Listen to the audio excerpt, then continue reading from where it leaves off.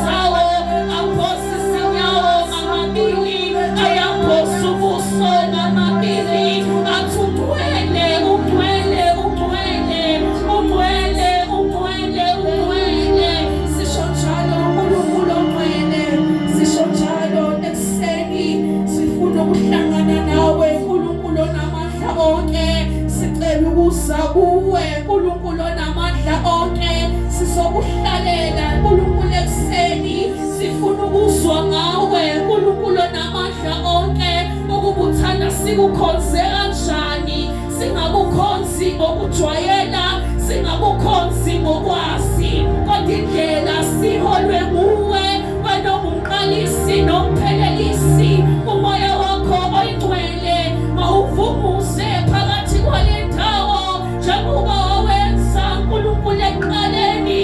Wabhala kahle athi umoya kaNkulunkulu wawehla wenyuka phezu kodwa. Kanjalo uNkulunkulu phakathi kwale ndawo sahlule thina nokwazi kwethu, sahlule thina nokucabanga kwethu, sahlule thina nokufuna kwethu, kodwa kube intambo yakho simakade wamabandla.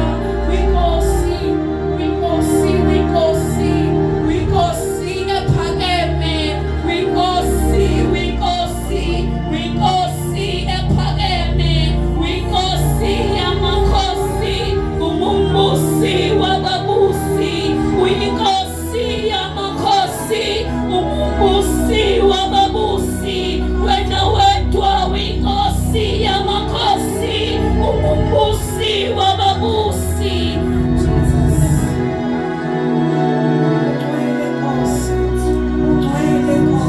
Ugcwele Nkosi yenkazimulo, kuwe akufumaniseki ibala linye elimnyama. Uhlanzekile, ungcwele. Wena umsila wengubo yakho uyaligcwalisa ithempeli, ungeke uligcwaliseni kuyo le ndawo. uNkulunkulu onamandla onke, yenza njengokufisa kwakho. Egameni likaJesu sizofuna lokho, sizofuna wena kanye nokulunga kwakho. Ukuba impela ushilo kanjalo simakade wamabandla, wathi funa nombuso uqala nokulunga kwakho, okunye nokunye uyawulandela. Sifundise-ke uNkulunkulu intando yakho ekuseni, egameni likaJesu babazeka, egameni likaJesu Kristu waseNazaretha. Wena uyinkosi enamandla, unguNkulunkulu